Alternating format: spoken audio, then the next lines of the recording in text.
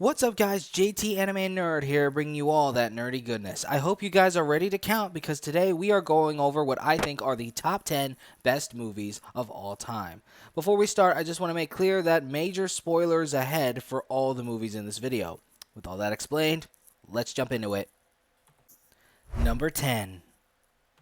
Avatar.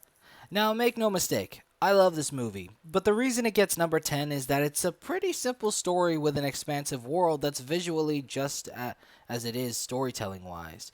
It tells the story of a human who enters the artificial body of a native of the planet Pandora and blends into their society for selfish human gain, only to end up falling in love with the tribe's future chiefess. This movie has a commentary about deforestation which I think fits it perfectly. Unlike its sequel, which has a whaling commentary that feels very shoehorned into the massive plot. Another reason this movie is number 10 is because its sequels are taking so long to come out, therefore the expansion on the world of Pandora is pretty much on massive standby. Number 9. Buzz Lightyear of Star Command. Say what you will, but I find it way better than that irritating Lightyear movie, which I was genuinely enjoying until the big twist in the movie. But that's for another video altogether. Ultimately, I find Buzz Lightyear of Star Command to be a classic for 2000s Disney Channel.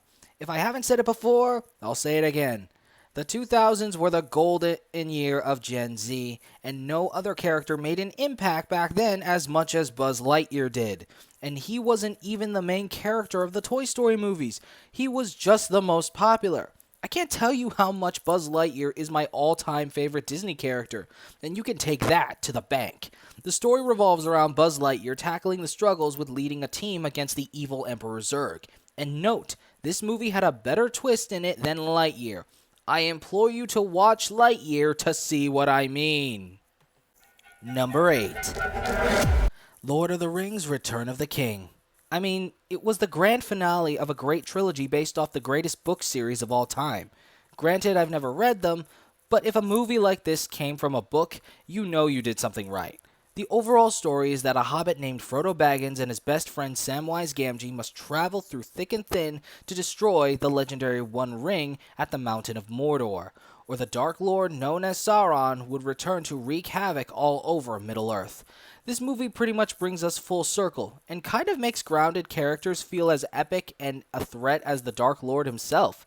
It's writing at the level this movie provides that I want to reach one day. May Tolkien rest in peace, knowing that his grand story still holds up to this day.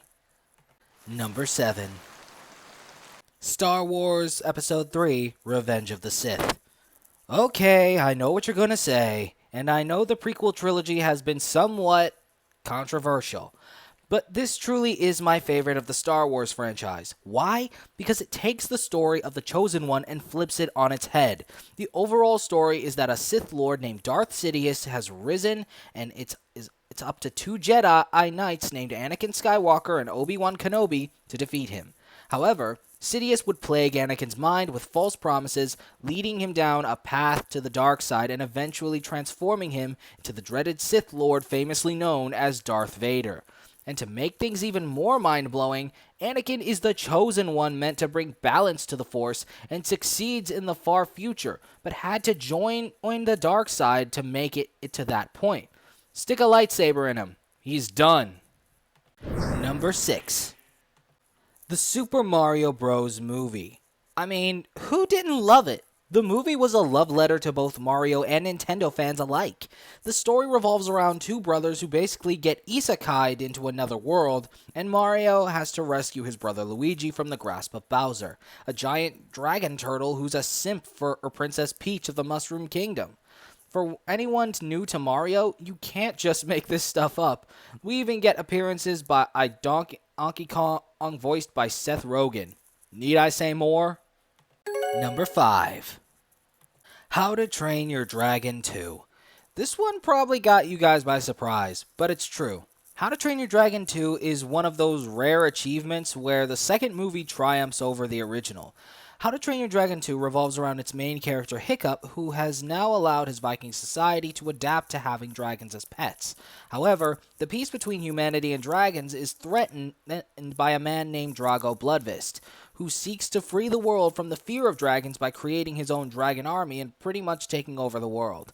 The first movie was your typical straightforward family-friendly movie, but the sequel acts more like a modern fantasy with high stakes, actual death, and action that makes you feel like there's a book about it, which it is based off of. Just watch the movie, you won't regret it. Number 4.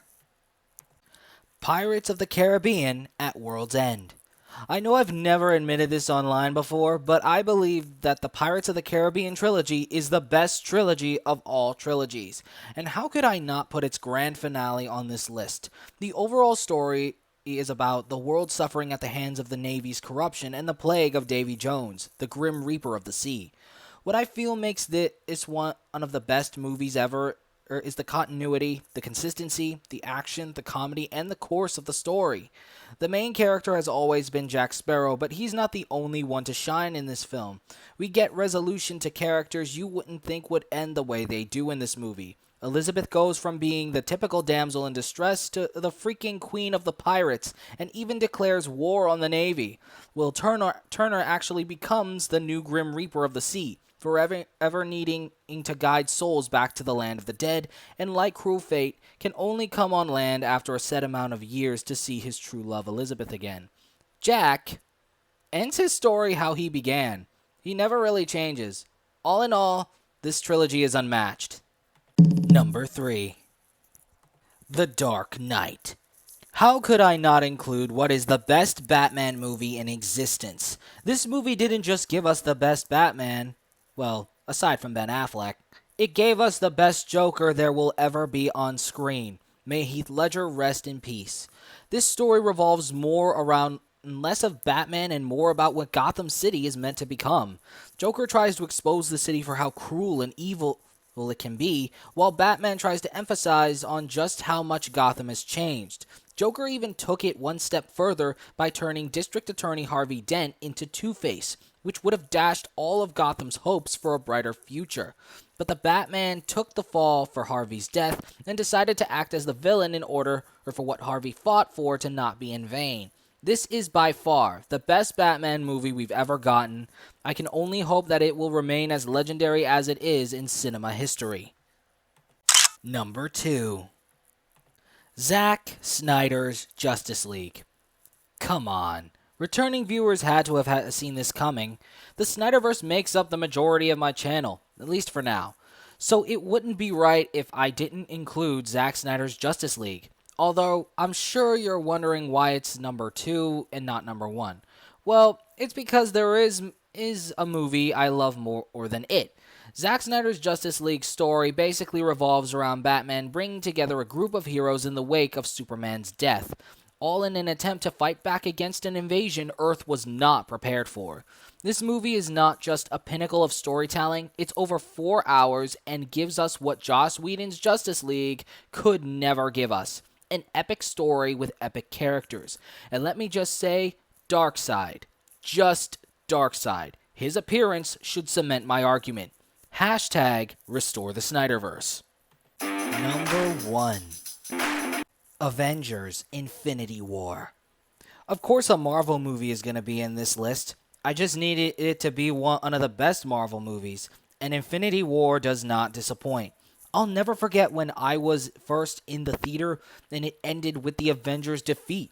The story revolves around the Earth and space teams of Avengers that attempt to stop the Mad Titan Thanos from obtaining the 6 Infinity Stones and wiping out half of the universe's population. What makes this movie one of the best Marvel movies is that it not only revolves around the villain, which you can argue that this movie is his story, but also have the villain be kind of right about his reasoning for wiping out half of life in the universe. Also, this is the first superhero movie where the villain wins in such a devastating way. It literally ends with the villain of the movie, Thanos, sitting down and smiling at the fact that he finally won. I'm all for good villain stories, but this one was better than any other I've ever seen. I bet you think this list is over. Not by a long shot. Number 0. Avengers Endgame. No duh. Of course, Avengers Endgame is my all time favorite movie in all of existence, and is no doubt the best. It once held the title of the highest grossing movie in the world, but that title was unfairly taken by the Avatar movie, which re released in theaters just to get that title back. Shenanigans, I say, but I digress. The story revolves around the surviving Avengers from Infinity War, 5 years after they failed to beat Thanos, but found a way to travel through time and attempt to get the stones back in order to revive half the universe. The majority of Avengers Endgame is mainly a dialogue and a lack of action in both the first and second act, but the third act epically makes up for it. This is the first MCU movie that brings together every hero that has made their debut in the Infinity Saga, and it is glorious. Almost every hero gets their time to shine, and you will never stop feeling satisfied. Even the female Marvel heroes get their time to shine all on one screen at once. The movie ultimately ends with Iron Man sacrificing himself and using the Infinity Stones to snap Thanos out of existence. I guess you could say it was ironic. You get it? Because iron is in the word ironic. Iron Man. These are the jokes, people. Well, I hope you guys enjoyed this video. If you can, please tell me in the comments below what your favorite movies of all time are. If you guys enjoyed this video, don't forget to like, share, Hulk smash that subscribe button, and be sure to hit that notification bell to get updated on the latest videos. Also, don't forget to check out our merch store linked in the description and pinned comment section down below. With all that said and done, I'm JT Anime, and I'll check you guys later.